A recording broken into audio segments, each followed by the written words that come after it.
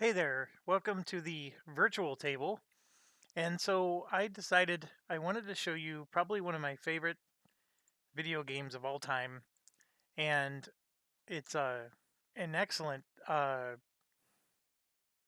war game, strategic game, historically awesome, thematic.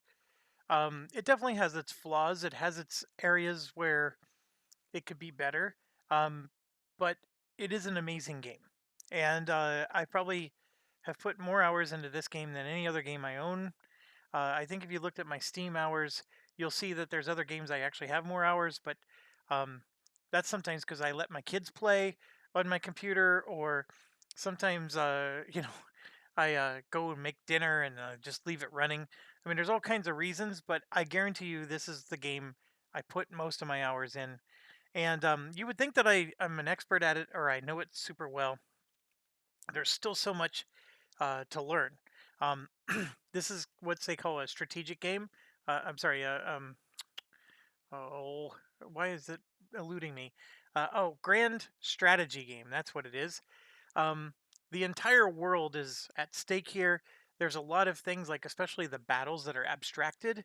So uh, you battles do happen, and there are dice rolls and stuff going on. Um, and I know there's some nerds out there that really get into all that, but to be quite honest, you don't need to know how all that works. You just need to know some basic things, and you can make sure that the battles go your way. Now, with that being said, sometimes I'll lose battles, and it's because I'm not paying attention to some of those details that are out there.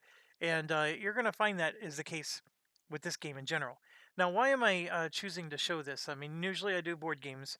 The largest reason is I'm a Kickstarter backer of this game, and there's a board game version of this that's coming out, and I thought it would be really cool to do them side by side. I think that the board game isn't slated to come out for a long time. I mean, it might not be for another year, but I did get to see some of the pictures, and it looks fantastic. Excuse me. I was extremely disappointed with the Crusader Kings board game, although in the and I did a playthrough of that. You can see it on there. Um, it's a game that I was so disappointed in. As far as I'm concerned, I'd trade it away in a heartbeat. Um, Now, with that being said, the developers, I think, heard the feedback and they actually made some modifications, and I do admire that. And so, as much as I want to say I didn't like that game and it disappointed me, which I just did, um, the commitment by the developers to fix it was good. But so I'm gonna. So this is the thing. I don't do this for money, and so I'm willing to bash a developer a little bit more than most other people, because they refuse to bash developers because it's a small world, small community, and they of course want free stuff. Um, and then of course they're relying on their series. In this case, the developers should never have made the mistakes they made in the first place. And what they did was they took a multiplayer game and they slapped on a solitaire thing because everybody asked them, "Do you offer solitaire?" The solitaire community is huge, and so they answered yes. And I think they answered yes without fully understanding what it means to make a solitaire game. And so they slapped together this solitaire AI that was just horrible. Now, after it was released, and actually one of my videos, my playthrough series was one of the series that they watched, they actually did pay attention to the criticisms, and that's the part I give them credit for. But it should never have been that bad in the first place. They should have consulted someone like me or someone that's way brighter than me to to evaluate their game before they ever put it in print, and they didn't. And so, why am I saying all that? Well, I'm saying it because the EU4 board game, it's not made by the same people, but Paradox, of course, is behind all of it. And Paradox, of course, is the company that made this game, as you can see up here, Paradox Development Studio. So far as far as I'm concerned, Paradox is 0 for 1 in terms of delivering the game that they should have. And uh, yes, the developers heard it. They gave us some new rule sets that we can download and play Crusader Kings a little bit better. But it's, as far as I'm concerned, it's not salvageable. Now, I do still have high hopes that this particular board game will be better. And okay, so I know some of you don't like it when I ramble like that, but I just did. And we're going to go ahead and get started. And if you really want to see just gameplay, go to video 2. Um, I'm going to talk about rules and how this works in video 1. Okay? And the next thing you're going to notice is there's no sound. And it's largely because there's music in this game that is some of the best music ever, except half of it I'm not allowed to stream online because of copyright issues or whatever. And I think it's for a band called Sabaton. Um, and the Sabaton music is amazingly good. It's got a little heavy rock to it, and I love that kind of music. And it's so wonderful, and it's even thematic to war and whatever. And then of course certain music plays when you're in battles, other music plays when you're at peace. And anyways, I just went the easy route because like there's this big chart of okay, you got to shut this DLC off, you got to turn this DLC off. Um, Rather than risking violating some legal thing, I just turn the sound off. um, so I'm playing whatever music I'm not supposed to play, but it's just not gonna be. You can't detect it, and because the sound's zero, and so you're just gonna hear my voice. Which, um, as much as the music is awesome, there's no the sound in this game is nothing to write home about. Pew pew, this, that, or the other thing. This is a strategy game. It's not meant to be, immersive or anything like that. The music that plays just plays, and if it wasn't for the music being so good, I think most people would just shut the sound off anyways. So with that being said, um, this is the ultimate single player game. And I know they have multiplayer here, and I have played it multiplayer. I think you're nuts if you play this multiplayer, uh, largely because a single game could take up to 15 hours to finish. Maybe less than that. Maybe, okay, let's just say 8 hours. Let's cut it in half, right? Um, that's still a long time. And if you play multiplayer, you're going to find out that there's this timer thing that you can speed up or slow down the game. When you're playing multiplayer, you have to play at a slow speed always. And that 8-hour game turns into that 16-hour game. And it's just like you want to pull your hair out because somebody else is making decisions and you're waiting on them. I mean, it's just, I don't enjoy it at all. I mean, to me, this is meant to be enjoyed as a single player game. Now, with that said, my son Jason, who you've seen on many of the board games, he and I will pick these Germanic states because they're really hard to play, and we'll pick them and then we ally together, right? So we're helping each other out, and that is wicked fun. I don't want to disagree. I don't want to tell you that multiplayer can't be wicked fun.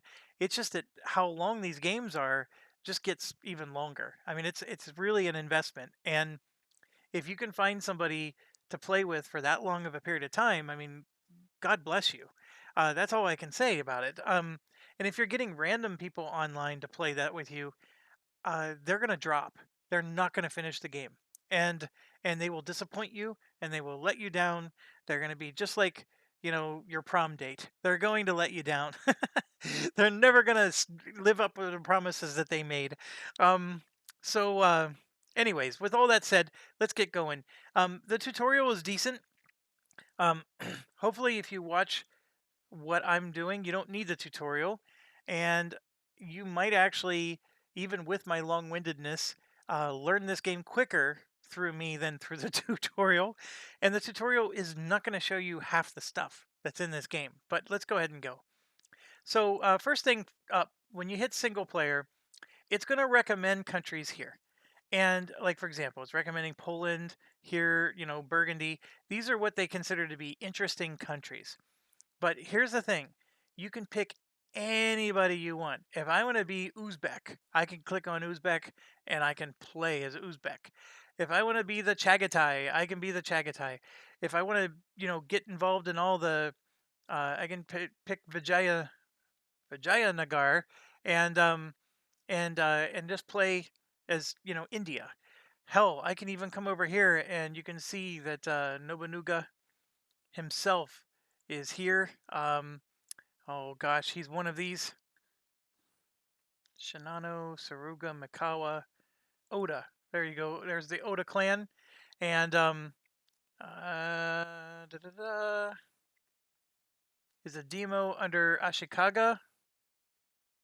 So Ashikaga. There's the Tokugawa clan. There we go. Kyoto, of course, the capital. So Ashikaga is the head DMO, and everybody else has an alliance. So basically, Japan is united, right? So this is after Oda Nobunaga did his ambition, or actually, it's right during the time. Anyways, forgive me if I got some of my history wrong there. The point is you can be anybody. You can be any of these single provinces in Japan.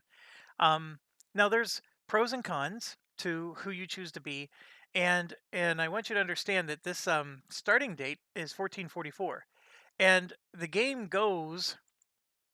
Let's see, 15, 16, 17. Should go up to around 1776, I think, for the American Revolution.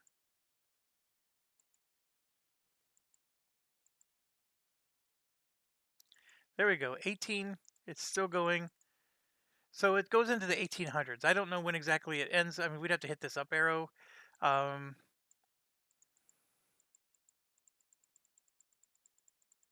so 1821 it goes to.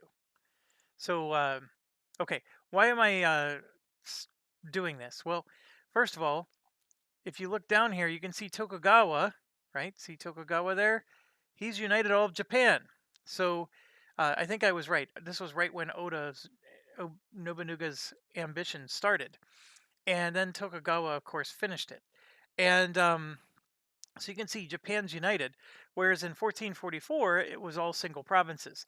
That is the most awesome thing in a game ever. And you can see in 1821, the United States is formed. So now I can play as the United States. Although starting the game at the very final year of the game isn't very fun, but if you back it up a little bit, you can get the United States, and you can see Mexico is formed, and Canada is known as Newfoundland, and United Kingdom is now formed. Well, Great Britain, um, and then you can see France and actually, what it does is it ends right when I think this is when Napoleon was starting to get involved. And again, I'm citing history, but I always feel sheepish because I know I get things wrong. And of course, Spain, Austria is a big powerhouse. You got Prussia that's united all of northern Germany, and of course, Russia is the mother ship. And the Qing Empire for um, China. Okay, where am I going with all this? Why am I saying all this? You can play as anybody. We could pick um, Kazembe and do that. Now, the years of this game, it picks like times in history that are interesting. And so you can pick, like, for example, Revolutionary France, 1792. And so by clicking on that, the map just changed itself to 1792, and it's historically in place. If I wanted to, I can sit here and click the down arrow and go year by year. 1791, 1790, the world will change. Like, this game has the state of the world the entire time. And here you can see, like, American War of Independence. You can see when the United States formed, 1776, and so forth. Well, the game starts in 1444, and um, you'll notice that there's 4 scenarios that all start on November 11th. Okay, what's the point of that? There is no difference between these scenarios other than the interesting countries changes. So this is just telling you, if you want to play in the Far East, here's your interesting countries to play in 1444. If you want to do First Nations, this is letting you play as the Indian tribes in the North American continent. Um, Empires of the Sands. This is going to be more of the Muslim empires and African empires. Okay, And then, of course, the rise of the Ottomans is the primary one where you're starting in Europe. All right. Look, I know that at the rate I'm going, this is going to be a 12-hour long video, and I apologize, but there's just so much to this. So, some things to bear in mind when you are picking who you want to be. First off, everybody always asks, what country is the easiest to play, to learn the game? And I have basically three answers for you. One of them is Jason's answer, one of them is my answer, and then one of them is um, the consensus that most people give you. Um, and then I'm going to give you a bonus answer. So we'll just leave it at that, right? So Jason's answer, let's start with his first. He believes you should be the Ottoman Empire. It is called the rise of the Ottomans for a reason. They do become the most powerful empire for the era, and they have the most strength. They're strong as all get out. Um, he thinks that it's real easy to make mistakes with them and still do well. And he's not wrong on any of those things. The reason I don't recommend the Ottomans is because they're in the middle of all these, there's a lot of people around them who hate them. And um, you're going to get yourself in some bad situations that if you don't know how to play the game, it's going to not go well.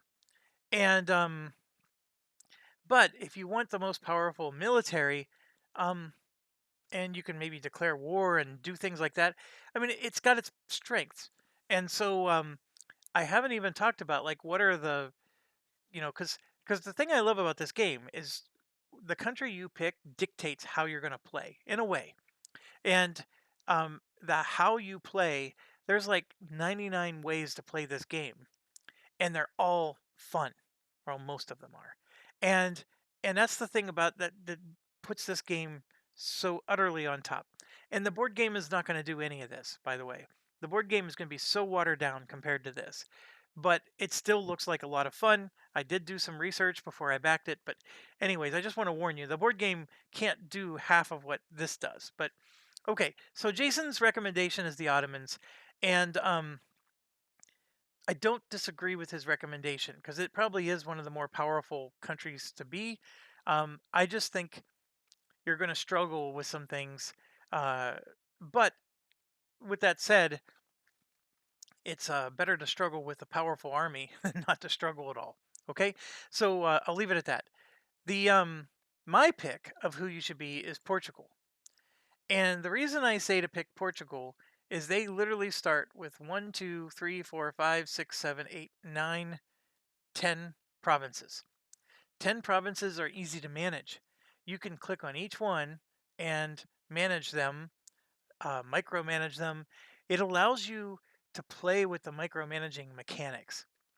Now, the flaw with my choice is that Portugal can get stomped. I mean, they are a very weak country compared to the other ones, and if you upset these other countries, you can just get your butt kicked. Um, the other thing I like about Portugal is they're the very first to do colonization, and colonization in this game is a blast.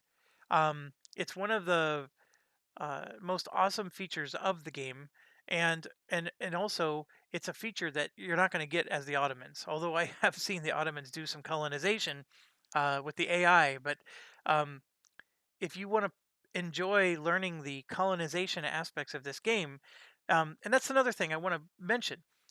Uh, Colonization is a big part of this game, but if you pick, for example, anybody, really, the Ottomans is a perfect example, or even Austria here, who's almost completely landlocked, other than this small little area in the Mediterranean. Um, you're not going to be colonizing ever. You're going to spend the entire game just focusing on Europe, and that's the part that just makes this thing mind-blowingly fun. Is you can play one of these German countries, um, and never leave Europe and never even consider anything outside of Europe, or you could play as Portugal, where almost 100% of your game is in South America or Africa or even India and the East Indies. Um, your whole empire is anywhere but Europe, and So that's the reason why Portugal was good. They get to be the first to do it. Um, and they actually get, the explorer. They actually start the game with an explorer. It's the only country I think that does.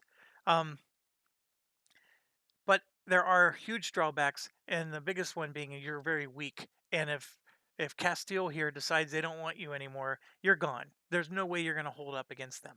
So that's also why I like Portugal, though, because you have to practice diplomacy, and diplomacy in this game means something. It's important. And diplomacy with Castile is hugely important. You need them to be your friend, or otherwise, so they can protect your back while you're out exploring. Okay, now with that said, Castile is the fan favorite. That's the favorite, the general consensus, and I definitely don't disagree with that. In fact, Portugal and Castile are almost equivalent. Like everything I said good about Portugal is also good about Castile. The big difference is that Castile has a lot more problems than Portugal. Um, First of all, France doesn't like them, and neither does England, so they may get themselves into some big battles. Secondly, is you need to take over Aragon here, either peacefully or through force, and in doing so, you form the nation of Spain. That is a super fun thing to do, by the way. And again, this is what I mean. But there's 99 games in one. Here, as Castile, one of your priorities is to form Spain, and you get to do that, and you do that one of several ways. And there's this Iberian wedding event that you can get to trigger, but it requires you to have a female leader and them to have a male leader at the same time. And there's some random luck that you have to rely on, or you can just declare war on them and take them over. I mean, there's several ways to do it, and it's very good. France is to me what the Ottoman Empire was for Jason. Like Jason says, pick Ottoman Empire because you get the strongest military. I say pick France for the same reasons. Your military isn't quite the strongest at the start of the game, but your economy is. I mean, you just make huge amount of money, and then therefore you can afford a big army. And France is really hard to mess with. And if you're not playing as France, you need to always be worried about France, because France can really ruin your day. And then my favorite country to play of all in the game is England. And that's my bonus option for you. I know I just mentioned France, but my bonus one is England. And England is actually a very difficult start. That's the only reason why most people don't recommend it to start, because the War of the Roses happens almost immediately. And although you can try to avoid it, and of course, you got France very angry with you because you're controlling a lot of territory there. So um, you may either have to secede territory or make some concessions. But I need to take a quick pause, and I'm going to try out this little pause feature, and I will be right back. Well, hopefully you guys won't notice anything. So,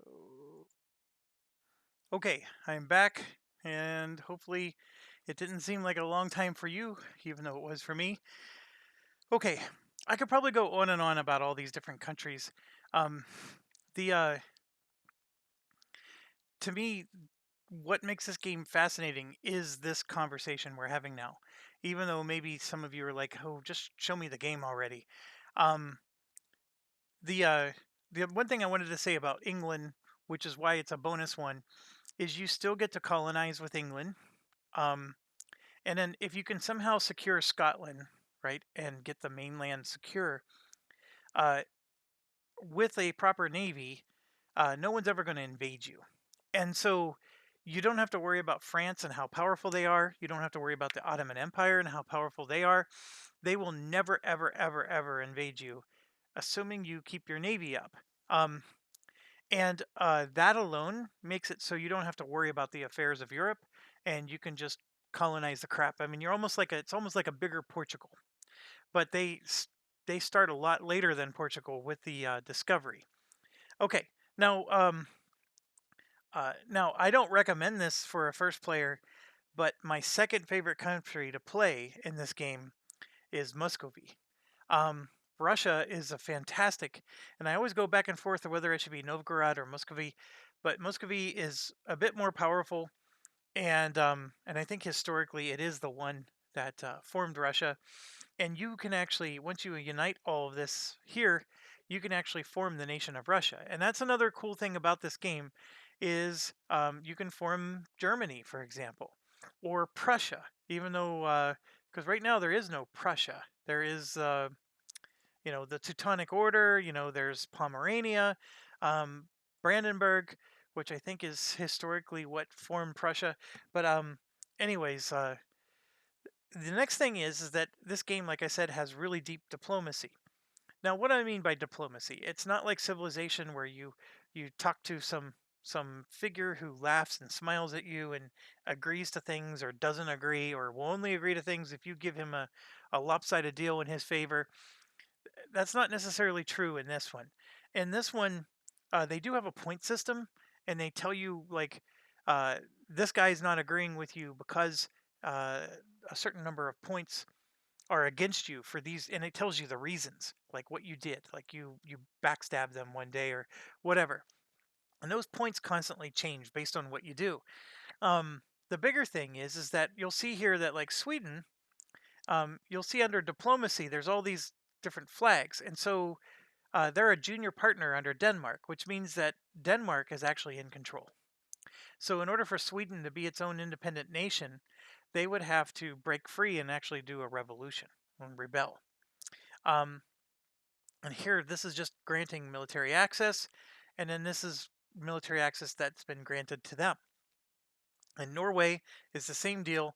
Denmark is in control of everything in Scandinavia. You go to England. England is allied with Portugal at the start of the game. So those are the couple of things. And then if you go to France, you'll see that they're allied with Provence and they're guaranteeing the independence of Scotland. That means something. And which one is a good example? Oh, Muscovy would be a great one. Um, so here, Muscovy has 5 vassals. So this Yaroslavl here and Rostov and this Perm, all these territories back here called Perm, they're all vassals of Muscovy, which means they they do whatever Muscovy tells them to. They even give like a yearly tithing, like tax to you as Muscovy. So if you were to pick one of them and play as one of them, you would have to again, you'd have to get your independence and rebel and then deal with a war with Muscovy, who's way more powerful than you. Okay, so let's move past that now. And like I said, if you pick something that's much later, so like let's do 1701. Um, so just by clicking on that, watch the map, see how France is now pretty much fully formed. You got the Netherlands, which is a formed country that didn't exist before. England now has all of Ireland. Scotland is still, of course, stubborn. Denmark. I think Sweden is now its own little country, etc. And of course, Russia is Russia. But let's get back to the start of the game. All right. So I'm going to go ahead and pick Portugal. Now, I'm going to do it because since I recommended it, I might as well show it to you and follow through. But just bear in mind that if you pick Portugal like I am, we may lose. And we may have to start over, but that's fine. We can still play this long enough that we get the idea, okay? So, some of the things to bear in mind. You may be tempted to pick like one of these countries that like this one, which is a single province, right? Well, why would I, if I just pick this single province here called a Bomi, right? Or a Dahomey, that sounds like it's from California. Dahomey is here. But anyways, Dahomey is extremely difficult to play. And you might ask yourself, well, why? Why is it extremely difficult to play? Well, that's where some of these other things are going to come in. So the first one is that it's got a technology group of West African. So what this game does is you earn technology, like you research and gain improvements to your country. And technology levels in this game are going to start here they're starting at level 2, right? So there's 3 technologies. There's administrative, diplomatic, and military. All 3 of them are like a technology level of 2. Now, in order to go from 2 to 3, as a Western country, which would be Europe, right? As a European country, let's just say that it costs 1,000 points to go from 2 to 3. Okay. In West Africa, it may cost 10,000 points to go from 2 to 3. So you're going to be researching level 3 whatever when Europe is on level 10. And I'm exaggerating a little bit, but I hope you get the idea that you're going to be way behind the rest of the world. And that's sort of what the game does to force you to be historically accurate. I mean, folks in Africa weren't, inventing all the modern, features and coming up with new styles of government that nobody's ever tried before. It just wasn't happening. And so the West African Technology Group is a huge limitation. Now, one advantage you have is that everybody around you is also West African Technology Group, so it's not like they're going to have technical superiority over you, but don't think that you're going to get superiority over them either. And so that's part of the problem that makes it hard. And of course, if you're a single province state, um, they're going to, have bigger armies because they have more provinces than you. And then lastly, we haven't talked a lot about this yet, but let me back up again.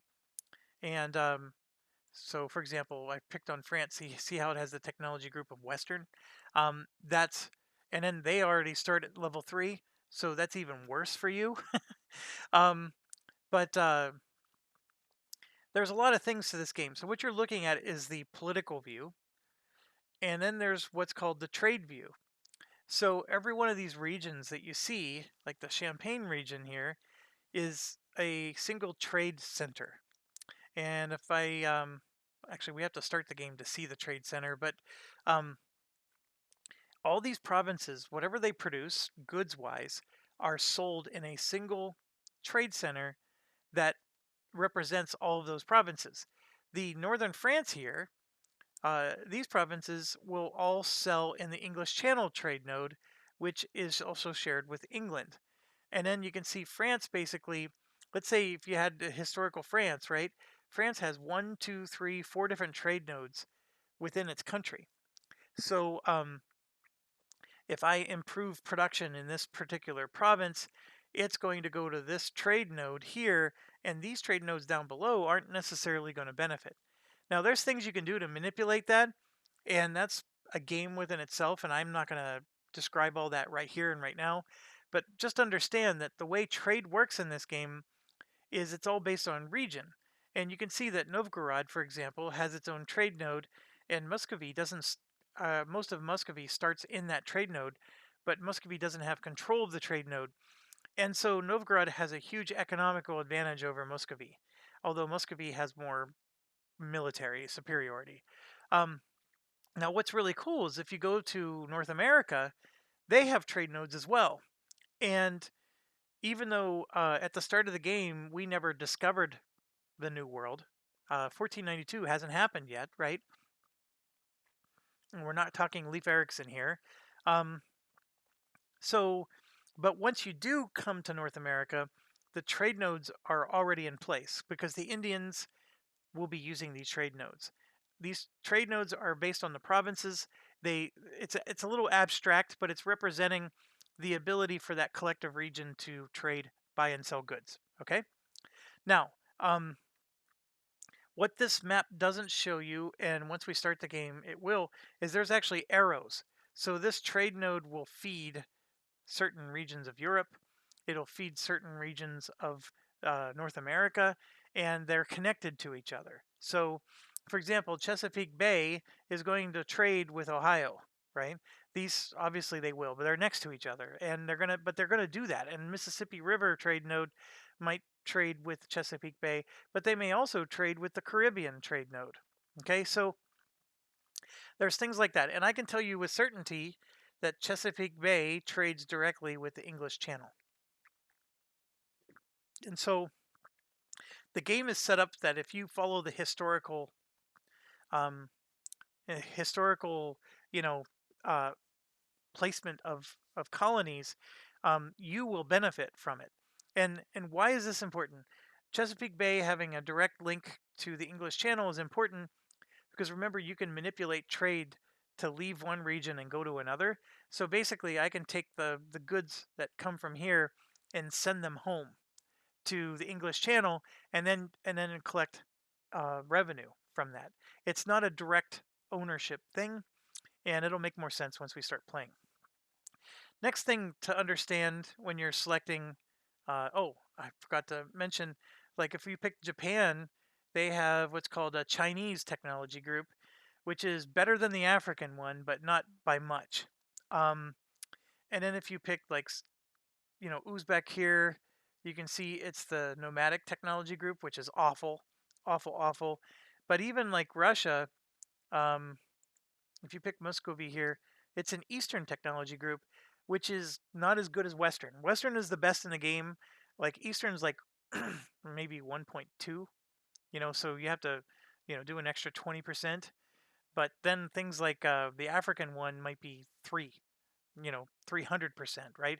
Um, and then if you pick like an Indian tribe here in, so like the Pawnee, they have the North American technology group, which is also awful.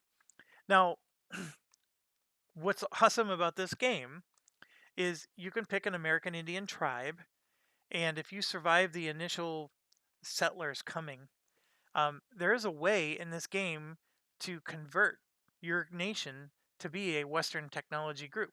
So basically, as an Indian nation, you've sort of like assimilated to your new visitors, right? And you've adopted the Western ways. And as an Indian tribe, you can switch to Western technology group and then start, cranking up your technology and becoming a superpower. So it is possible, and this is just another one of the 99 ways to play this game. And that's true everywhere, including like Japan. You can always get your country to switch to a Western technology, but you have to be exposed to Western technology. It doesn't just happen. Um, so, anyways, I know I'm spending a lot of time on this, and for some people this is fascinating, for others it's not. The next view is religious. So obviously, at this time, everything is Catholic in Europe. Um, Russia and most of Lithuania and Hungary are going to be Orthodox, and then of course the now this is the reason why another reason why I disagree with Jason. The Ottomans have a religious problem. They control this territory. That's the reason why you see the slash marks. See, the Ottomans control this, and they're Muslim. They're actually the Sunni Muslims. And so basically, Sunni Muslims are in control of an Orthodox province. And you can even see that here. It says the religion in the province is Orthodox, but the state religion is Sunni. And that's the reason why you don't see lines here, because uh, Wallachia and whatnot is an Orthodox state, and of course the province is that way. And then here, these are Catholic provinces, but Lithuania, I'm sorry, so Lithuania is Catholic, but the religion in this province is Orthodox. So that's why you see the lines going through here, and it's got a blend of yellow because yellow represents Catholic in this. And there are different. Uh, this one is just Orthodox. Orthodox being brown, and then down here you got this red because the religion is Coptic, which I don't even know what that is. It's some kind of, I'm sure, native um, thing. And then here, Fetishist, which of course um, is just a generic term for, I mean, basically pagan.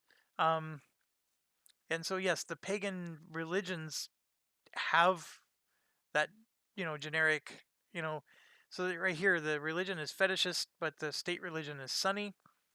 And then animist, is more the South America. And here, Inti, the Mayans have their own religion. And Nahuatl, animist. And then totemist is the religion for all the provinces in North America. So, and it goes on and on. I mean, you can see there's a Confucian religion, Hindu, And of course, in Japan, it is Shinto. So, anyways, you can play around with it and see all the different. And animist, uh, let me just assure you, like, if let's get back to the political view, this is completely uncolonized. So, animist really means just uncolonized land, and there's people living there. There are natives, but that's the term for it is animist. And anyways, um, why is this important? Well, it's important. Like, remember when I was saying this is Jason's recommendation? The Ottomans have a huge religion problem, and that means a lot of unrest and revolts. So you will experience that a lot as you play the Ottomans because of that, or you need to adopt religious tolerance, which is something you can do in the game. Or you could be like Spain and be religious intolerant, and that has consequences as well. Um, there are things like the Pope, for example, is in this game, and in fact, there's a expansion pack coming out soon that's going to give more gameplay to being the Pope. But the Pope has a lot of powers. Obviously, you can excommunicate, etc. And if you are a Catholic country, then you're under a little bit of grasp of the Pope. You can have cardinals appointed and in your favor and represent you in the Catholic See. Um, so there's a lot of things you can do. And yes, Luther does slap that note onto the door, and you will see, especially in Scandinavia and Germany here, you'll see a Protestant movement start to take over, and you have to deal with that if you're one of these countries. So if you're playing as one of these countries, you have to deal with Protestantism spreading, and especially if you play as England, it will eventually get to England's door, and then you have to show how much tolerance for that you're going to. You can choose things to support Catholicism, you can choose things to support Protestantism, and you can even change your state religion, and there's consequences to every choice you make. So in depth, so difficult to actually summarize. um, there is the imperial, um, what's the I call it the imperial authority, but basically it's the Holy Roman Empire. That's what I meant to say. So Austria is the emperor, and you can see that here with the red. And then the brown here are the electors. And what that means is these are people. So if you play as Austria, you're going to be in charge of the Holy Roman Empire, which is this entire region. The problem is you're only in charge of these provinces. These provinces are your country. These other countries have their own quote king or leader, and they run themselves. They're all AI countries, but you're loosely allied together. Now, with that being said, you're going to go to war with half of these countries here, and that happens. But these electors who are in the brown, what those are is those are the people who can vote for the next emperor. So you want to keep them on your side and keep them happy, so they can keep voting for you to be the emperor, no matter who you are. I mean, if you're, Maximus Adolphus, and I'm making that up, and you die, and your son takes over, you're going to want them to elect your son to be the next emperor. And if you don't have good relations with these countries in brown, then they're going to revolt, or I'm sorry, they'll just vote somebody else, and then you lose emperor status, and then now you're just another country amongst many. Um, and you lost half the powers that makes this fun. Now, obviously, if you're playing as one of these other ones, like the Brown Brandenburg, you could try to steal the emperorship away from Austria and try to get these different, countries to be in your court. So it's a lot like this and being Catholic with the Pope. There's a lot of similarities, but the Holy Roman Empire does have a lot of bonuses for you being together. And you might be wondering, okay, what are these little purple? The, every province that's a single province nation can be a free city, and a free city means a lot. And you're only allowed to have 8, but if you can have 8 as often as you can, you get the massive amount of bonuses like tax revenue. Um, the Holy Roman Empire, for whatever reason, rewards you for having single province nations, designated as a free city. So that's what it does. And then, of course, the slash lines just means that they're part of the empire, but it belongs to someone else. The Teutonic Order controls that, and the Teutonic Order is not a part of the empire. So one of the things you get to do as the emperor is you get to declare war on all these people, and you always have a casus belli against them, and then the rest of the Roman Empire might be more willing to join you or ally with you for that. So it's just very important to understand that.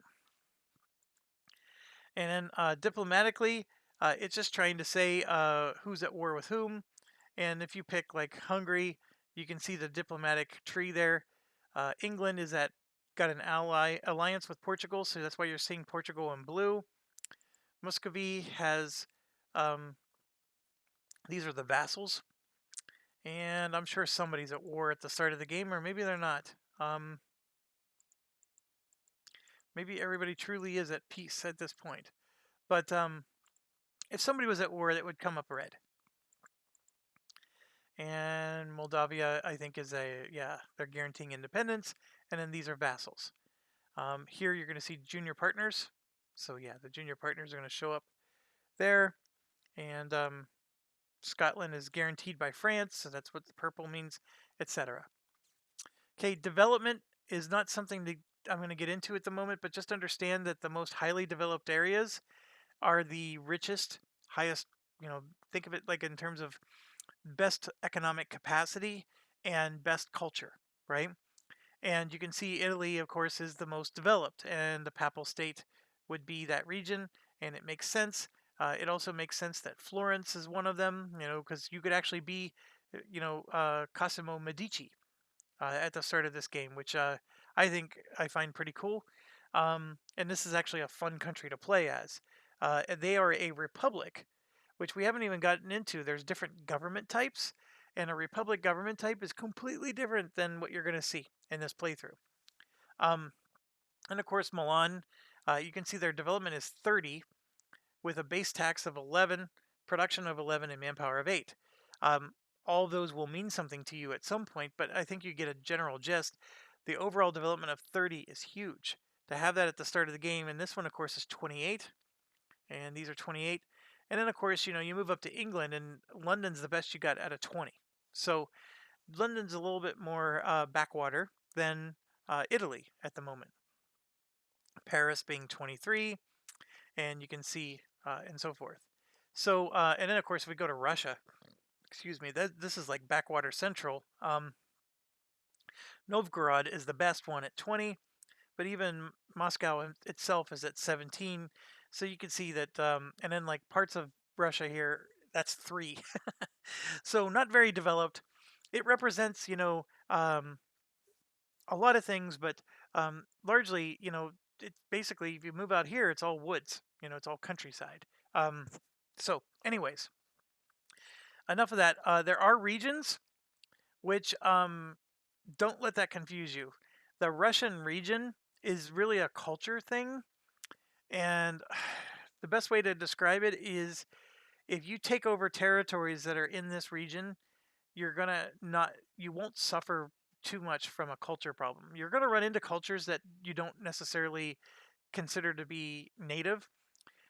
So for example, I live in the United States. You'll actually hear Americans tell Mexicans, for example, we border Mexico, and we'll tell Mexicans that if they come across the border, they need to speak English, right? So we have sometimes culture clashes because of that. And even Canada has that with Quebec, because they speak French, and everybody else in Canada speaks English, and so that's an example of a culture clash. Um, it's still considered a part of your country, right? Nobody, well, I mean, sometimes some Americans are redneck about it, but if a Mexican lives in America legally, of course, we accept them as Americans. It's just we still ask them to speak English. You see the difference? So what this is saying is, if Russia were to take over all of this region that you see in yellow, chances are everybody that you just took over is going to consider themselves of a Russian culture of some kind. Um, you know, being Mexican, obviously you speak Spanish, but somebody from Panama still speak Spanish, but they're not Mexican. You see where I'm going with this? This game has a ton of cultures in it, and the the cultures are going to impact you and your play. And for example, if I have Quebec as Canada and I don't have them as an accepted culture, I'm actually going to lose 50% of my taxes from corruption and just because they just don't cooperate with me and they don't consider me to be a good ruler and don't consider themselves he's not my president, those T-shirts, right? It's that kind of thing. Well, I'm not saying that this is perfectly describing it, but what it's trying to say is that if you control any regions up here, you're going to have Scandinavian cultures. These are the British cultures, but don't get me wrong, just in Britain alone, there's 12 different cultures. Um, there's a whole bunch. And anyways, it's not worth studying too much when you start the game. In fact, I never go here. And then I don't even know what this is. So we're going to just, oh, this is the cultures. Why? Okay, so those are the regions. Okay, and here's just cultures. So here you got the Muscovite culture, Novgorodian, Karelian, but notice how they sort of line up with the so you can see the Russian culture outline and then the Ruthenian right here. So here you can see the Ruthenian, Muscovite, and then the color coded means what this is saying is actually you could even go into the Ruthenia area and all the cultures down there get along well with Russia because that's see the colors. That's not to say that if I took over Scandinavia, I couldn't um, have loyal citizens. It's just that it's a little harder. You got to convert these cultures or you got to adopt them as part of your country. And Russia, when it forms, of course, goes all the way over here, and you can see there's a lot of cultures over here that they're going to have to adopt. But with that being so, here we go with England. You can see there's English culture, and then there's Welsh, which is separate, Scottish, and then Highlander. And anyways, it's an interesting thing to look at. I'm not too concerned with it, um, but just understand that the what the game is trying to do here is it's not telling you to play historically. You can play this game however you want, but if you choose to be historical, then it's going to reward you by giving you a culture of people who are happy to be in your nation. Does that make sense? So if I historically form France, like you see here, I'm going to have a bunch of cultures that aren't going to be very difficult to work with. Same with England. You'll see that the Irish and the Scottish are going to be a little bit like, I understand we're part of Great Britain, but screw you. So forth. Okay. I definitely spent too much time on. Okay, so let's try doing Portugal. Now, I'm choosing Portugal not because I think we're going to do great, but because it's great for teaching the game. And since it only has 10 provinces, we can really micromanage this, and it's not too cumbersome. When you have 100 provinces like you do in England here, I mean, these are a whole bunch of provinces. It's a little bit more you start to micromanage it a little bit less. Okay, let's do Portugal. What else is important? Um, these Portuguese ideas are very important, but this is more for after you've played the game and you're like, okay, what kind of experience do I want? These ideas here are things that are unique to your country. And the best example for that is Muscovy has these ideas like this one here, national tax modifier. I get an extra 10% in taxes. My army tradition is good and strong and it grows every year. My missionaries are strong. Now, if I pick Novgorod, I get prestige. My missionaries are also strong, so there's no difference there. I get a republican tradition. Oh, they're a republic. That's another thing. Whereas Muscovy is a grand principality. So two completely different government types. Republic, of course, you don't have monarchs. So you can't get into royal marriages or anything like that. Novgorod doesn't participate in any of that stuff. Whereas Muscovy does. They do royal marriages in the whole 9 yards. So That by itself is already a big deal. But right here you can see they get extra merchants, so they're into trade, right? Manpower modifier plus 20%. Here, morale of armies. So you can see Muscovy is all about strength of your armies. And so as these ideas get adopted, right, and then you start taking these on, you're going to get stronger and stronger armies. Whereas with Novgorod, you're going to get prestige and global trade power. So both any of these countries here, any of these, Perm, Kazan, Tver, Ryazan, you can form Russia with any of them. So if you can conquer the region and meet the conditions to form Russia, you can make Russia with any of them. It doesn't have to be Muscovy, even though that's the historically, one. But how you get there and the experience you have on your process of getting there is going to be very different. So with Muscovy, I'm going to get military bonuses, whereas with Novgorod, I'm going to get economic bonuses, and it's a big difference. And so uh, that is what makes this game, in my opinion, awesome. I mean, you pick either one, and you're going to have a completely different experience, even though you're doing the exact same thing. You're forming Russia. Okay, so Portugal, of course, has some ideas. We're not going to get into all those right now. It has a total development of 131, and what that is it's just the development of each region added all together. It has 7 forts, which is okay, but from my perspective, it just means you're going to have huge expenses because you have to maintain your forts. Um, and then the countryside, of course, is 12 provinces. I missed 2. I forgot that they have Madeira and the Azores. So they have these 2 little island formations as well. So they actually have 12. They're allied with England. Um, they have a reconquest casus belli against Kandy. Kandy, of course, is one of these Muslim nations. I don't remember which one. Can I click on it? Oh, Jesus, it's way down there. They hold provinces that's rightfully ours. I don't remember that ever happening. But I have a casus belli against Kandy. Because I guarantee you, when I start the game, I don't even think I have that explored. And yes, they have a truce with Granada. That part I remember. Okay, this is your monarch. In this case, we do have a monarchy. 4 administrative, 2 diplomatic, 1 military. In other words, he really sucks with his military capability. And these are very important because think of these as like income points.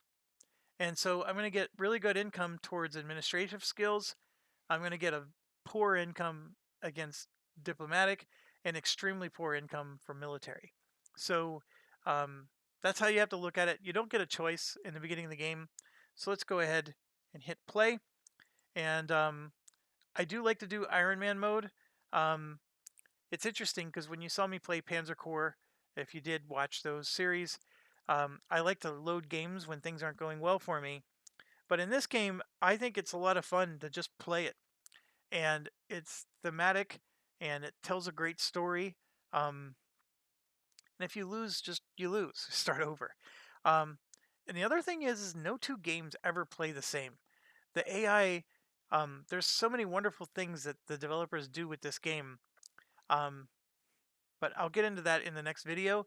And I'm going to go ahead and hit play. And while the game is loading, I'm going to stop this video and we'll start the next one. Oh, I got to pick a save game. And we're going to go ahead and start. Yeah, we'll overwrite. And this will take a few seconds. So I'm going to go ahead and end here and we'll start